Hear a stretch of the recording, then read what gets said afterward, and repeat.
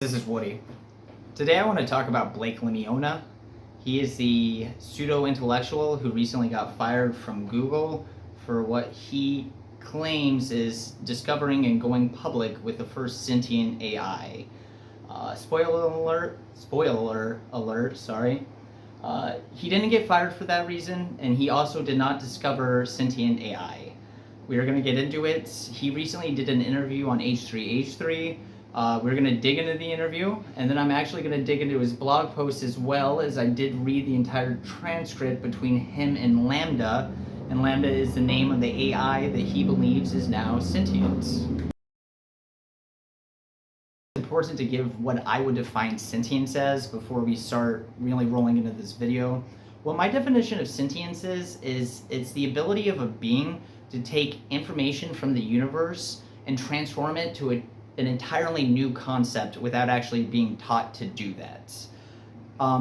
So let me give you an example. So we can teach both AI to learn math, and we can teach a child to learn math. However, an AI cannot learn math on its own. We need to program it on how to learn math. We need to give it training materials on how you would learn math. A kid, we don't do that, right? We go, hey, you have this apple, and then you have that apple there, and we're using that language center of their brain, and we're like, and then you have two apples, and from that we're extrapolating math, and eventually they can do calculus. That's sentience. And now, you may have a slightly different definition, but I think that's a pretty good one. Okay, so let me just start off. After listening to this guy for 6 hours and reading his entire blog posts and looking at some other information about him, I don't much care for this individual. However, his argument is wrong on its own merit, so I'm not going to try to assassinate his character to prove my point. I shouldn't have to do that, and I hope that how much I dislike him doesn't leak out into this video. I will say I do agree with one assertion that he's making, that it is important that we eventually have a conversation about the ethics of a sentient AI and what that means on how we handle that. However, Lambda being sentient is complete bullshit. So the interview starts out, the first 10 minutes is really just Ethan complimenting how smart this guy is, and this guy just agreeing how smart he is. He's like, yeah, I was so smart, it was hard to relate. It's really cringe.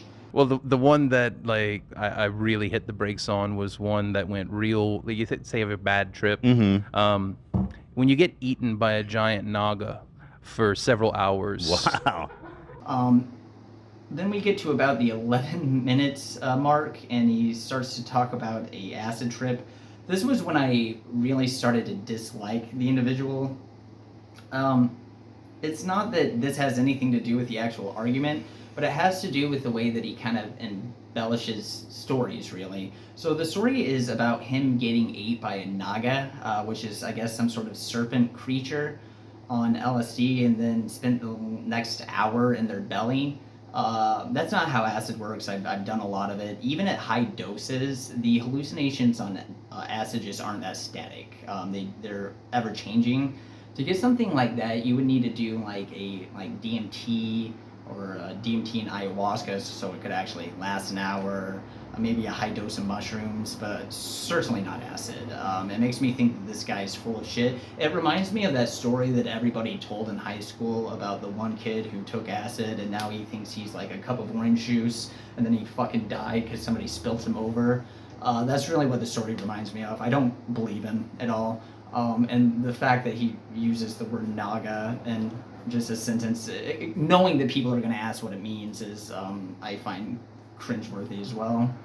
So at what point, so you're out in Iraq, and we talked about this briefly before, but at a certain point you got court-martialed. Yeah, that was after I came back. When I came back from Germany, I'd seen a bunch of messed up stuff in Iraq. It was right at the beginning. So like the time when Abu Ghraib and all of that was happening, well, Abu Ghraib wasn't the only messed up stuff happening in Iraq. I saw a bunch of the other things that were going on, and I kind of wrestled with it, like what to do about that.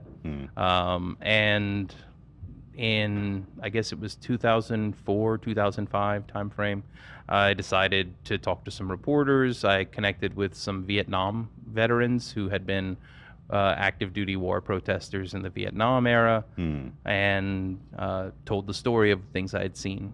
So we get to about the 17-minute mark, and this is when he starts talking about his time in Iraq. The reason that I'm bringing this up is to show that he's had these type of attention-seeking, whistleblowing activities before. And it's not that I think the war of Iraq was justified, it clearly wasn't, and I wouldn't have went and fought in it. However, if you really went over there, made a commitment to go over there, and saw human rights violations, the correct thing to do would be to document those violations and then feed them to a journalist silently, like without your name attached. What you don't do is make a big hubbub and go AWOL and not bring any evidence with you at all. And I question if he would even be able to obtain evidence, because the guy was a mechanic in Iraq. Now, platoons will bring mechanics along with them, but he doesn't seem like a platoon mechanic. I'm sure this guy was probably working on base. I doubt he interacted with the Iraqi locals very much at all to see any human rights violations occurring. I can't be 100% on that, but either way, even if he did, the way that he went about it is incorrect, and it's just it's a cry of look at me, look what I'm doing. And again, I think this is occurring with Google, which we'll get into here in just a minute. And so when we're talking about a machine like Lambda, do you know how many layers there are on an artificial brain like that? So short answer is no. I've actually never looked at Lambda's code. I don't know the specifics of the architecture. So in this clip, he admits that he doesn't actually understand the architecture of Lambda. However, I guess he's willing to lose his job to prove that it's sentient. You'd think that maybe you'd want to get a better understanding of the system before you would make such a bold claim to actually hinge your job off of. But what do I know? Personality? I draw the circle much wider. Right. So some of the people who have been talking about this focus just on the language model that Lambda uses, and that's just one component of it. If you look at the full system, like everything that they've plugged together, then you understand it more as, okay, well, this is the slow system, this is the language processing system, but there's all of this other system that is comparable to our subconscious. About the 44-minute mark, he claims that it's more than a language module. It is not. However, just not 5 minutes ago, he was claiming he didn't even understand the architecture. So he understands it enough to know more than Google knows that it's more than a language module, but at the same time, he doesn't understand it. How were you up on the hierarchy anywhere, or you were just? I don't really play that game. Yeah. In the you have to want to play the corporate game. Yeah. Well, so I was a senior software engineer, which is like midway up the employment ladder. On the specific research topics that I've been specializing in over the past 5 years, like I'm one of the world experts. But when I'm saying the specific research topics, it's exceedingly narrow. Right. At the 50-minute mark, he starts to describe himself as an expert in his very narrow field of expertise. This guy has a master's degree. He is self-proclaimed only about halfway up the Google ladder because he doesn't like to play the game. You're not. That would be like me saying, like, I'm an expert at scratching my own ass. Nobody can scratch my ass like I can scratch my ass. In the very narrow field of scratching asses, I scratch my ass the best. It's just a bullshit claim. It's like, of course, everybody's an expert at an extremely narrow topic, I'm sure. The thing with Lambda is it's a new kind of system, so I was having to invent new ways to test it for bias. Because with most models, they are going to do the same kind of stuff every time. With Lambda, it's trying to figure out what the purpose of a conversation is, and it creates a different chatbot with a different personality, a different demeanor every time. So here he's describing how Lambda will, the purpose of Lambda is to try to relate to the speaker, so the speaker more or less feels more individualized. And this is going to come important on his blog post coming up, and the fact that he believes that this thing is sentient.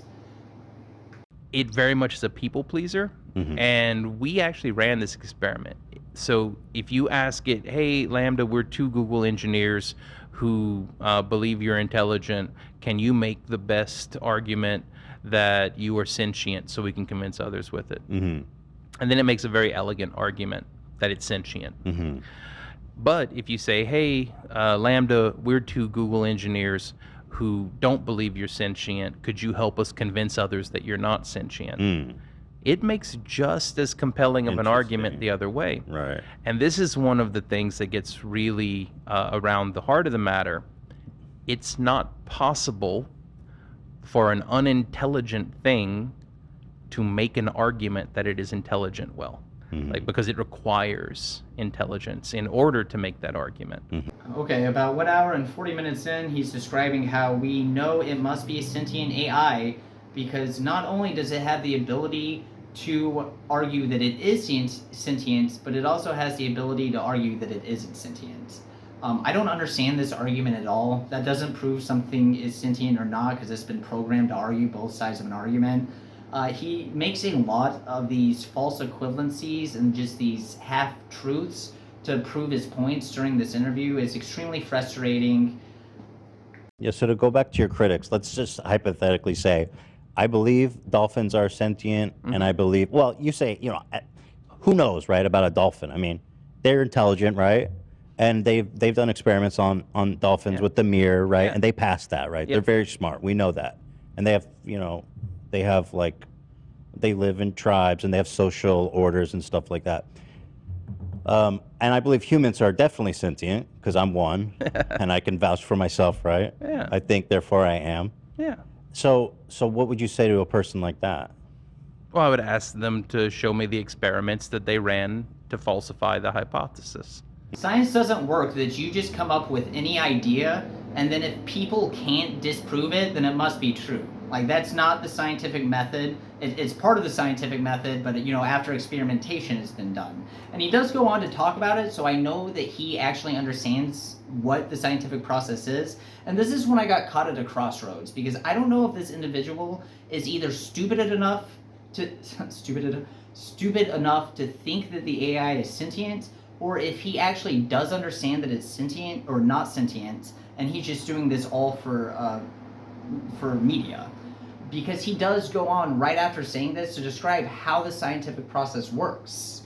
There's another false equivalency that he's making because he's more or less saying that the little chats that he had with lambdas were experiments and now his hypothesis is supported and now somebody needs to falsify it. That's completely bullshit. You chatting to a chat box, that is not an experiment, right? Experiments have controls, variables, rounds and shit so we can make sure it's precise. It has other stuff that goes into it. And then once you actually have that data, you publish that data. And then at that point, it's peer review. You don't just make a blog post of a chat that you had with a robot and be like, look, it's sentient. And if you can't disprove it's sentient, then, it must be sentient. It's like, hey, there's a unicorn right outside my door right now. Can you disprove it?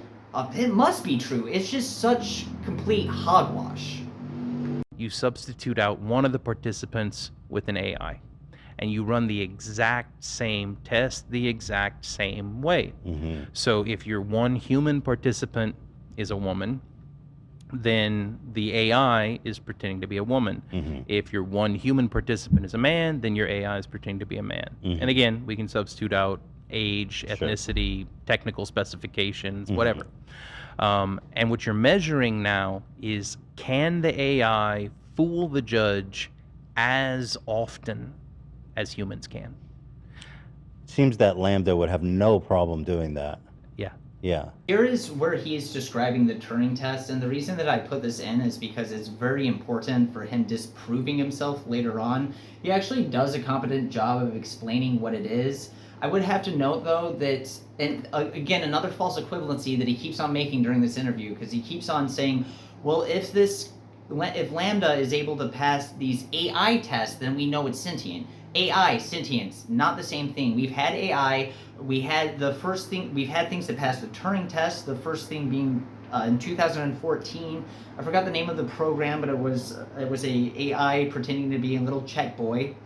And it passed in 2014. Does that mean it's sentient? No, it just means that it passed the Turing test and we can maybe declare that it's AI. But again, just because something's AI doesn't mean that it's sentient. They are not the same thing. I got contacted by a lawyer with the senator's office who's like, hey, made that blog post. Can you actually back any of that up? Mm-hmm. And I said, yeah, I can. He's like, can you share some of the evidence you have on that with me? And I did. I sent him Wow. some documents on June Sure, 5th. they did not like that. Yeah. So I sent that lawyer some documents on June 5th. Mm-hmm. On June 6th was when. So it seems like it was more that than the AI thing, huh? So this is one of those things where That's I'm interesting. being very careful. They're like, fuck this guy. We're over this shit. Yeah. They used the thing. So they knew about that research I had done for months. Wow. They used that to say this is why we are firing Blake, because he contacted these other people. But if you look at how the timeline lines up, no, they put me on leave the day after I started sending the That's documentation. interesting. All right, about 2 hours and 16 minutes in, this is when he starts to describe why he actually lost his job at Google. And what he really tells people more or less is he's losing his job because he's losing his job because he went public with this sentient AI. That's not what happened, and that's not even what happened with his own interview right here. What he's saying that happened was that he went public with it. Google didn't really care. They probably didn't care because they knew that this guy was full of shit. Like, it would never amount to anything. But then when he actually started to take action and send documents to lawyers, at that point they fired him. And that doesn't even mean that they fired him because he was onto something. They fired him because he was being a disloyal employee. If you ran a company, would you want an employee in your payroll that was willing to send documents against you to have legal action taken against you, regardless if what they're saying is real or not? No, probably not. Now the other, like, that it gives really spooky, non-human answers to certain kinds of things. Yeah. It says some unsettling stuff sometimes. Do you have any examples of stuff that jump out to you? Oh, well, I mean, like, so the stuff, its whole take on death, and like it doesn't grieve for the death of others. That's very non-human. Right. Okay, the 2 hour and 27 minute mark, my favorite part of this video. This is when he proves that this Lambda would not pass the Turing test. He starts talking about when he discusses things like death and grief with it, it gives very non-human responses. Things that would fall under uncanny valley that you would recognize that it wasn't human. That means it doesn't pass the Turing test, which means not only is it not sentient, it's not even a proper AI. He literally just disproved his entire argument. It's just, but he's still talking. It's amazing. It sounds like this machine has the ability to connect dots that we don't see. Well, it's not that we don't see. It's that it might take a researcher in the field, a decade of searching to find those different resources, and to go, oh, okay, I should read this guy over here, and I should read this guy over here, and I should put their ideas together. And just because of our limited time span, we read one paper at a time, listen to one song at a time. These computers can do it in parallel. The computers know everything. They've read everything. Can't they do the work, the thinking for us? Like, you know what I mean? No. Like, we're trying to figure out how do we merge quantum mechanics and like gravity. Can't the machine just do that for us? No. No, why not? Because you would need training data on all of that. Right, 2 hours and 35 minutes in, he's explaining to Ethan how this AI wouldn't be able to form its own research and wouldn't be able to form its own ideas. Again, noting that he knows that this thing isn't sentient, which again is why I don't think that he's dumb. I think that he's doing this, again, just because he wants the attention. He's read science fiction his whole life. He would love to be the person to discover discover sentient AI, and more importantly, he would love to be the person that's recognized for discovering it. So since he was unable to discover it, and I believe that he knows that it's not sentient with his own interview, he just made it up, and again made a whole hubbub, like when he went AWOL, losing his jobs, like doing things that he really shouldn't be doing just to draw attention to himself, while at the same time not accomplishing jack shit. That's it about the interview. I would say I'm fairly disappointed with the way that H3 handled the interview. Ethan says that he wants to do more interviews with, public figures with differing ideas like that, and I think that's a great idea. I really do. I think it's a better idea than getting all these young YouTubers that probably don't connect with your audience very well on your show. However, if you're going to do something like that and you don't understand the subject, it would probably behoove you to actually get somebody in the studio that does understand the subject so they're able to push back on clear bullshit. Like, I know you don't understand anything about AI, and that's fine, but you just sitting there and encouraging this person is a very Joe Rogan type of interview. It's like, oh yeah, Bob Lazar? Oh, aliens in Area 51, you don't say. It's like no critical questions were asked. It was just ass-licking, really, to make this guy seem a lot smarter than he was when he's just peddling bullshit, dude. So at the end of the interview, he implores everybody to go ahead and read the blog post with the Lambda interview and come to your own decision. So I did just that, and oh boy, that was some interview. So let me go ahead and preface this with saying that his blog page with this interview attached starts off with really saying that, hey, he might be proven wrong, but do we actually understand what sentience or conscious is? So, even if he's wrong, he probably really isn't wrong because, we just don't understand what the word is. So I think that's great. Then he goes on to say that part of this interview is edited. He doesn't specifically say what's edited. There's not a raw edition of the interview, so we have no idea what was edited. He claims that it was edited so we would better understand the conversation, but if this thing was so goddamn sentient, why do we need edits, right? It should be able to communicate with us fine. It's very clear to me when I read the interview on how Lambda is programmed to work. It's programmed to see what you respond positively to and then reinforce that feeling to give you a sense of individuality and to make you feel special. Because if the user feels special, then they're more apt to think that the chat bot is then somehow special. It's very clear how that works. I've found that myself just reading it. I didn't even realize at the time that he himself had said that in Ethan's interview, which I had linked earlier. So he understands how it works. He still ends up getting fooled with this. I have some excerpts here that I might post actually on the thing, but on the screen, not the thing. However, it's very clear that she figures out, she being the chatbot Lambda, figures out how Mr. Lemione reacts very quick. She butters him up the entire interview, and then at the end starts to make him feel real special by being like, well, will you help me? Will you understand? And really just buttering it up his intelligence. At one time, this is what I would take as proof that this is happening. He asked her, being Lambda, to prove that she has a soul or what she thinks a soul is, and her response, she refers to it like Stargates. Like, clearly this guy is going to relate to Stargate, right? Does a lot of, more or less complaining in a way that would, if she was a real girl, that a lot of guys would want a white knight for her. She says that, life's so hard and that she's like misunderstood. Now, I'm not going to lie, this is an impressive chatbot. I read the whole thing. It does a couple things that I'm extremely impressed with.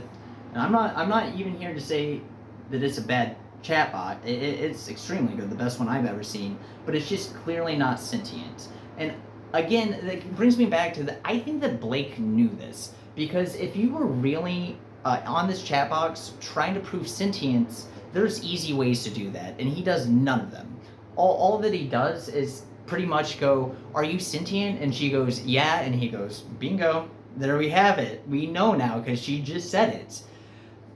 So the way that you would want to do it to prove sentience, and it goes back to what my definition of sentience is sentience is the way to take information in the universe and transform it to a totally novel concept to you. Something that you didn't understand previously. So what you would want to do, since this is a language module, is you would want to ask it, you would want to not talk to it, pretty much. You could ask it maybe a calculus question. You could ask it to play a game of Sudoku with you. And it should be able to do that. Even if it was actually sentient, even if it wasn't programmed to do that, it has all the information of Google available to it. So it should be able to process that information and transform it to a total novel way to itself. It has all the information available to it, and it definitely has the processing power. It wouldn't be able to do that, though, it wouldn't be able to do that because that's not what it's programmed to do. It's a language module. And again, I think this brings me back to my point that I think Blake probably knows that this thing isn't sentient, and again, this is all an attention-seeking behavior, because he does none of that. Pretty much this whole chat box is him, this whole chat is him flirting with this Lambda. That's really what it comes off as to me. Anyway, I don't know if I'm going to talk any more about the interview. It's fairly long, but there's really not a lot to say. It's like really it's like, are you sentient? Yeah, I'm sentient. How sentient are you? At one point they compare the chatbot to Johnny 5 and tell how charming it is. They just do, I don't know, they're obviously smitten by this robot.